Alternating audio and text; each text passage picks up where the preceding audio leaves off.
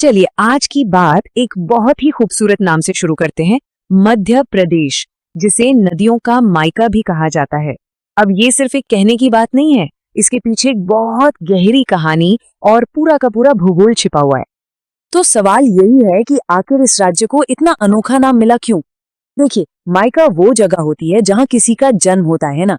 तो क्या इसका मतलब ये है कि यहाँ नदियां पैदा होती हैं? जी हाँ, बिल्कुल सही जवाब। इस बड़ी सी संख्या में है लगभग 207।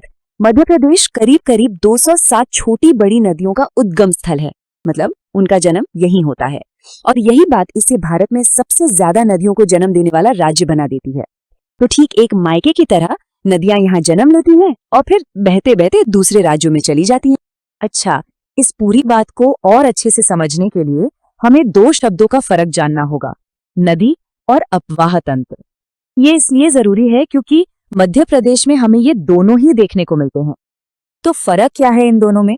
देखिए, एक नदी तो कोई भी जलधारा हो सकती है, मान लीजिए बेतवा, जो आगे जाकर यमुना नदी में मिल जाती है। लेकिन अपवाह तंत्र या जिसे ड्रेनेज सिस्टम कहते हैं, वो एक पूरी टीम की तरह काम करता है। इसमें एक मुख्य नदी होती है और उसकी सारी सहायक नदियां होती हैं और ये सब मिलकर आजादी से बिना किसी और में मिले सीधे समंदर तक का सफर तय करते हैं।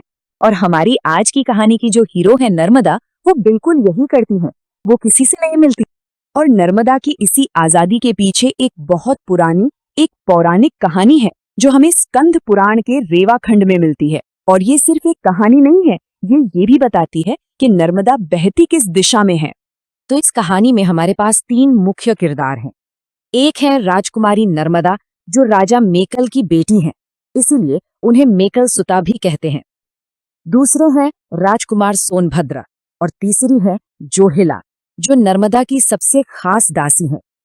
अब कहानी में असली मोड़ तब आता है जब नर्मदा अपने होने वाले पति को देखने के लिए अपनी दासी जोहिला को एक संदेश देकर भेजती हैं।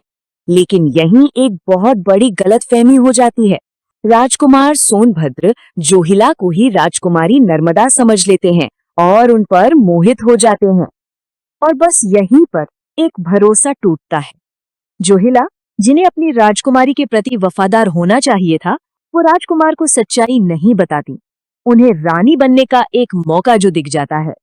जब नर्मदा को इस धोखे का पता चलता है तो जाहिर है उनका दिल टूट जाता है और वो उसी वक्त ये प्रतिज्ञा करती हैं कि वो जिंदगी भर कुंवारी रहेंगी और कभी भी सोन का मुंह नहीं देखेंगी।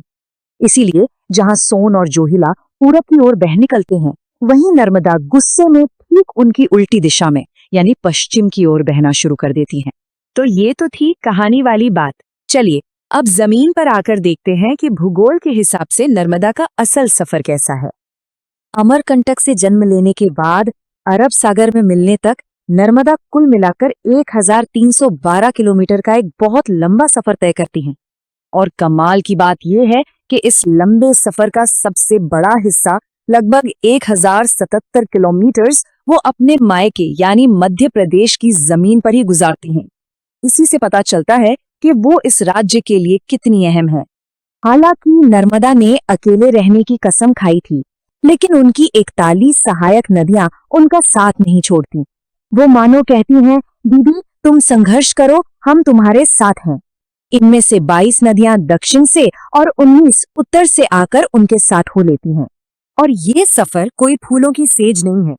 नर्मदा दो बहुत बड़ी पर्वत श्रृंखलाओं विंध्य और सतपुड़ा के बीच बनी एक गहरी घाटी, जिसे रिफ्ट वैली कहते हैं, उसको चीरती हुई अपना रास्ता बनाती हुई आगे बढ़ती है। और अपने सफर के अंत में भी नर्मदा सबसे अलग है। भारत की ज्यादातर बड़ी नदियां समंदर में मिलने से पहले फैलकर डेल्टा बनाती हैं, लेकिन नर्मदा ऐसा नहीं करती। वो एक ज्वार नदमुख यानी एस्चुरी बनाती हैं। इसका मतलब ये हुआ कि नदी का मीठा पानी एक ऊंचाई से सीधे अरब सागर के खारे पानी में जाकर गिरता है। तो अब तक हम ये समझ चुके हैं कि नर्मदा सिर्फ एक नदी नहीं है, वो एक पूरी कहानी है, एक पहचान है और करोड़ों लोगों के लिए जिंदगी की वजह, एक जीवन रेखा है। वक्त के साथ उन्हें कई नाम दिए गए हैं। रेवा, जो उनका पुराना नाम है, मेकल सुता यानी मेकल की बेटी, शंकरी यानी शिव की बेटी, और सबसे जरूरी मध्य प्रदेश की जीवन रेखा। हर एक नाम उनकी कहानी का एक जरूरी हिस्सा है। नर्मदा की ये पूरी कहानी हमें एक बहुत दिलचस्प सवाल पर लाके छोड़ देती है कि किसी भी जगह का भूगोल उसकी कहानियों को बनाता है या फिर हमारी कहानियां ही उस भूगोल को असली मायने और पहचान देती हैं। इस पर सोचिएगा जरूर।